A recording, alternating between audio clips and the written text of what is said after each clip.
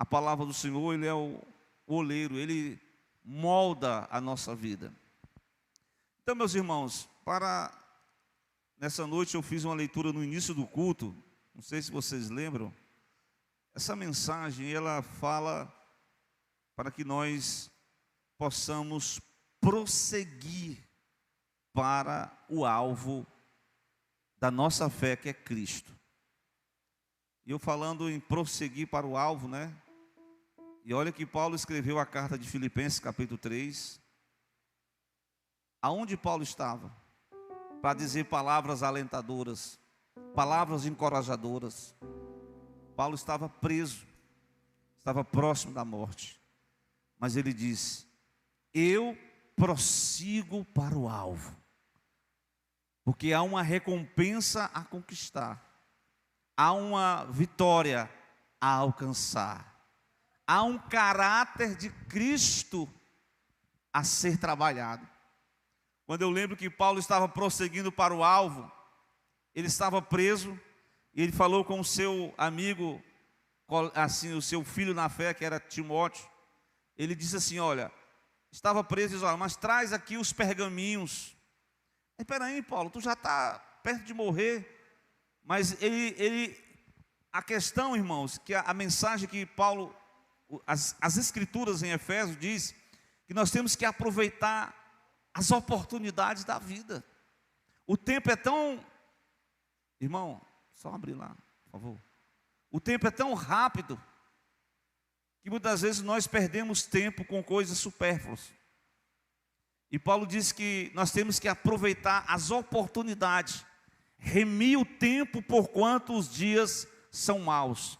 Então, o prosseguir para o alvo é você viver cada dia, é você viver cada mês, é você aproveitar o ano. Só quem atravessou esse mês, lá quando tivemos a confraternização lá no trabalho, e eu vi ali uma mulher, uma servidora pública, que ela passou pelo mesmo processo da nossa irmã Alana, só que foi pior. Ela foi entubada, e eu vi poucas pessoas que foram entubadas retornar. Foram pouquíssimas. Eu vi, não sei se foi esse ano, um pastor lá da Paraíba, não sei se o irmão me confirma aí, não sei se é da Paraíba, o pastor Daniel, e teve essa senhora lá, e ali ela disse que, num testemunho que ela deu, eu achei interessante, né? Eu vi o pessoal se emocionando, que ela viu que a vida, as mínimas coisas da vida são, a gente nem percebe, né? Mas o simples beber um copo com água, o simples você levar a colher da comida à boca, porque ela ficou numa situação que perdeu, teve que aprender a refazer, a andar, teve que aprender a pronunciar, teve que aprender a fazer coisas mínimas da vida. E também essa situação, ela trouxe uma importância da vida, porque nós perdemos tempo com coisas que muitas vezes não convêm, mas que nós possamos prosseguir para o alvo. O nosso alvo é Jesus, o alvo da salvação. Nós iniciamos uma obra, Filipenses 1:6 diz: aquele que começou a boa obra, ele vai continuar, ele vai aperfeiçoar até aquele glorioso dia, que é o dia de Cristo, em que Cristo voltar para buscar a sua igreja. Mas enquanto isso, irmãos, prossigamos para o alvo. Prosseguir para o alvo, como eu falei no início, é desenvolver a salvação. Desenvolver com temor, obrigado, e tremor. Desenvolver a salvação é desenvolver os talentos que Deus lhe deu. Desenvolver a salvação é investir tempo em oração, é investir tempo na leitura da Bíblia. Infelizmente hoje o adversário tem roubado de muitos seres humanos de forma geral esse tempo. O tempo é o tempo que passou, você não vai aproveitar mais. Você tem que aproveitar o tempo hoje. Lá no Salmo 90 diz que nós temos que pedir a Deus sabedoria para viver a vida de forma sábia, aproveitar as oportunidades da vida. Então é por isso que Paulo diz: eu estou prosseguindo para o alvo.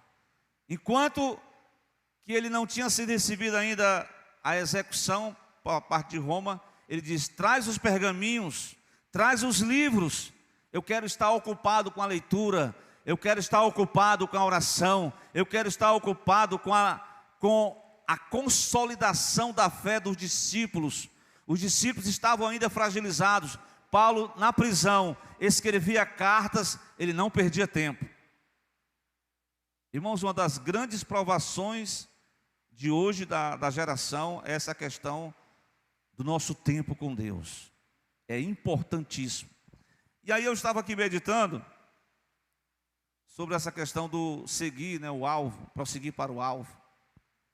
E a vida de forma geral é como o apóstolo vai assim desenhar como uma carreira.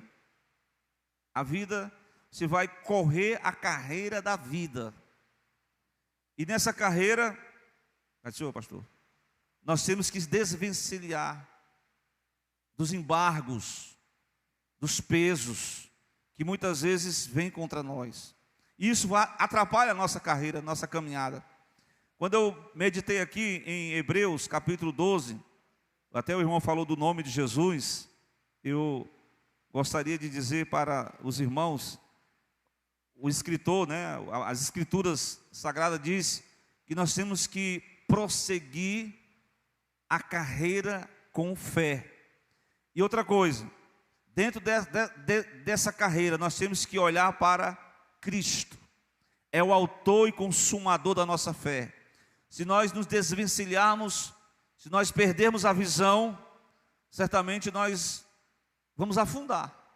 Como o próprio apóstolo, que a gente fala de Pedro como sendo uma pessoa que foi muito cheio de falha, mas olha, o único que conseguiu andar sobre as águas com Jesus.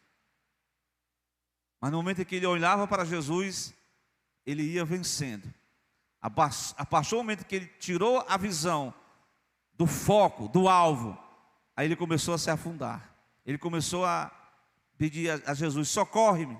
E muitas vezes na vida nós vamos perder o alvo, vamos perder a visão, mas vamos clamar em nome de Jesus. Senhor, nos dá a visão como o cego Bartimeu. Abre os meus olhos para que eu possa enxergar a Tua glória, que eu possa enxergar a Tua presença, mesmo que eu não esteja vendo nada, mas a presença de Deus é real neste lugar, a presença de Deus é viva na minha vida, e eu não posso ficar desapercebido. Eu lembrei-me agora de um profeta que, no decorrer da sua vida, ele pediu até para morrer. Tem cada pedido estranho que as pessoas fazem, mas Deus disse, não é o tempo. Há um tempo de você continuar a carreira que está proposta. Vai lá e faz isso, unge o fulano de tal, consagra o profeta tal. Aí ele foi, ele cumpriu. No momento em que ele ia ser arrebatado, a Bíblia fala que Elias ia ser arrebatado. Aí ele fez ele falou para o seu aluno, o seu discípulo Eliseu, pede o que queres que eu te dê. Eliseu foi muito ousado, porque Eliseu viu Deus usar a vida de Elias de uma forma extraordinária. Mas ele disse assim, eu só quero uma coisa, a porção dobrada do Espírito que está em ti. E Elias disse, tu vai receber, mas tu tem que estar com a tua visão focada no alvo.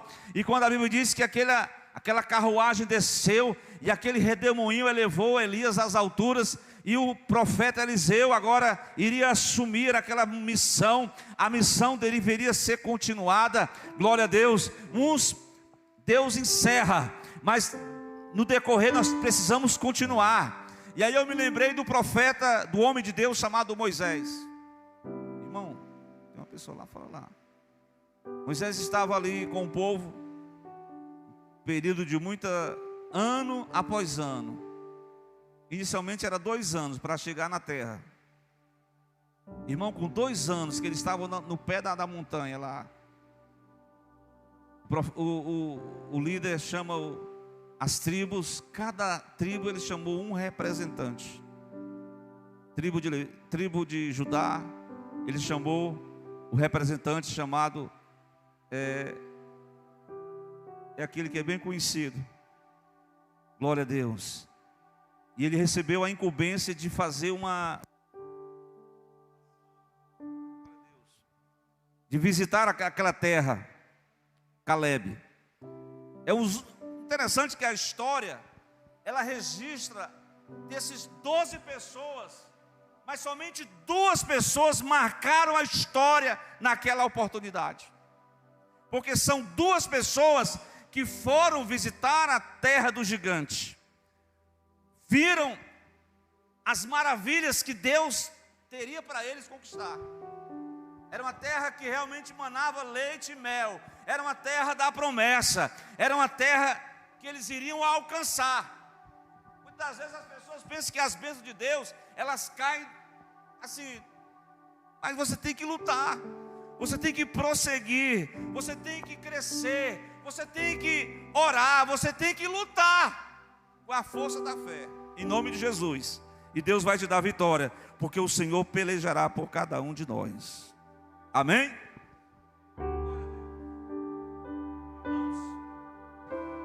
De 2 anos, eles passaram 40 dias examinando a terra, olhando a terra. Mas o problema é que muitas das vezes o nosso foco está mais nos problemas do que nas promessas de Deus. E quando nós colocamos a nossa fé só nos problemas, nós vamos esmorecer. Nós vamos servir de pedra de tropeço para a comunidade de Deus. Quando os 12 voltaram com todo o relatório, você sabe o que aconteceu, né? Foi um verdadeiro, aquela palavra que trouxe assim um desânimo na comunidade. Ele diz: olha, a terra é boa, mas nós não vamos conseguir não. Agora, interessante é que as pessoas tiram conclusões assim de tudo que Deus já tinha feito por eles. Olha aí, faça assim uma retrospectiva. Tudo que Deus fez por você, tudo que Deus fez na tua vida, na tua salvação, na tua família, na tua vida espiritual, que Deus te curou. Mas de repente você vai enfrentar um problema, porque cada ano são novos desafios. Mário, cada ano é um novo desafio. Quando eu cheguei em 2019, a gente dizia assim: oh, ano difícil. Meu Deus, eu creio que o próximo ano vai ser um ano de melhor. Meu irmão, 2020 foi pior do que 19. 2020 aconteceu algo que até 21 que nós nunca tínhamos acontecido. Na minha idade, ninguém aconteceu isso. Mas aí foi uma aprovação diferente. Aí eu quero ver quem estava firme com Deus mesmo. Porque a pessoa ficar só em casa, assistindo umas lives. Teve uns que não assistiam nada não. Esfriaram foi na fé. Perderam o foco da fé. Mas nessa noite eu quero dizer, irmãos, nós precisamos olhar para Jesus. Quando sentirmos fragilizados, Jesus vai nos socorrer. Glória a Deus. Eu achei essa passagem muito interessante quando Caleb, olha, 40 anos já tinha se passado. Caleb agora está com 85 anos. Moisés já tinha passado. A geração atribulada já tinha passado. Agora uma nova geração estava no deserto. Uma geração que nasceu no deserto. E agora esses 2 remanescentes, um era o líder que assumiu o lugar de Moisés, a continuação. E agora vem Caleb. E você pode abrir no capítulo 14 de Josué, se você puder abrir. Nós vamos já concluir, viu? Falta pouco menos de 10 minutos. O versículo de número 10. Ele vai lembrar a promessa ao seu colega Josué. Ele já era um homem idoso, né? Claro que o que eu vou falar aqui, ele não estava naquela mesma força física de um homem de 40 e poucos anos. Mas uma coisa é certa: os que esperam no Senhor renovarão as suas forças, caminharão e não se fatigarão, correrão e não se prostrarão, porque ele olha para o alvo, é Jesus Cristo. Glória a Deus. as nossas forças serão renovadas. Ainda que o físico, ainda que a parte material possa até adoecer, mas espiritualmente nós somos renovados de força em força, de fé em fé, de graça em graça. Nós vamos avançar, nós estamos crendo na promessa. Deus fez a promessa, então a nossa oração está sobre essa promessa. E Caleb levanta a promessa. Ele diz assim no versículo 10: o Senhor me conservou em vida. Até aqui o Senhor me conservou em vida, irmão. Como disse, 45 anos há agora, desde que o Senhor falou essa palavra a Moisés, andando Israel ainda no deserto, e agora já estou com a idade de 85 anos. Glória a Deus. Parece que os anos vão passando e muitos vão negligenciando, vão esquecendo, a fé vai se apagando, a visão vai ficando turva. Fisicamente isso acontece, mas o desafio de Deus para nós nessa noite é manter olhando firmemente para o alvo, para a promessa de Deus. E agora no versículo 11: mas ainda hoje, neste dia, Caleb disse: estou ainda tão forte como no dia em que Moisés me enviou. Isso aqui não é fisicamente falando não, porque o homem só tinha 40 anos. Ele fez toda a observação e trouxe a visão de Deus. Os gigantes são grandes, as cidades há desafios poderosos, mas conosco está o Deus forte, conosco está o Deus que peleja por nós, conosco, com eles está o braço de carne, mas com a gente está o braço do Senhor. Glória a Deus. Então, irmão, o Senhor dos exércitos é o que peleja pelo seu povo. Quando o profeta acorda numa manhã e de repente está lá todo o exército acampado, o exército sírio, e o seu servidor diz: agora nós vamos morrer todo mundo. E o profeta diz: abre os olhos do moço, Senhor, abre os olhos do teu servo Geazi, e que ele possa contemplar o exército de Deus aqui acampado. Glória a Deus, porque maior é o que está conosco do que aqueles que estão, aleluia, os desafios, os gigantes, as muralhas, os empecilhos. Maior é Deus conosco. E se Deus é por nós, glória a Deus, Ele é maior, Ele é o Senhor. Glória a Deus.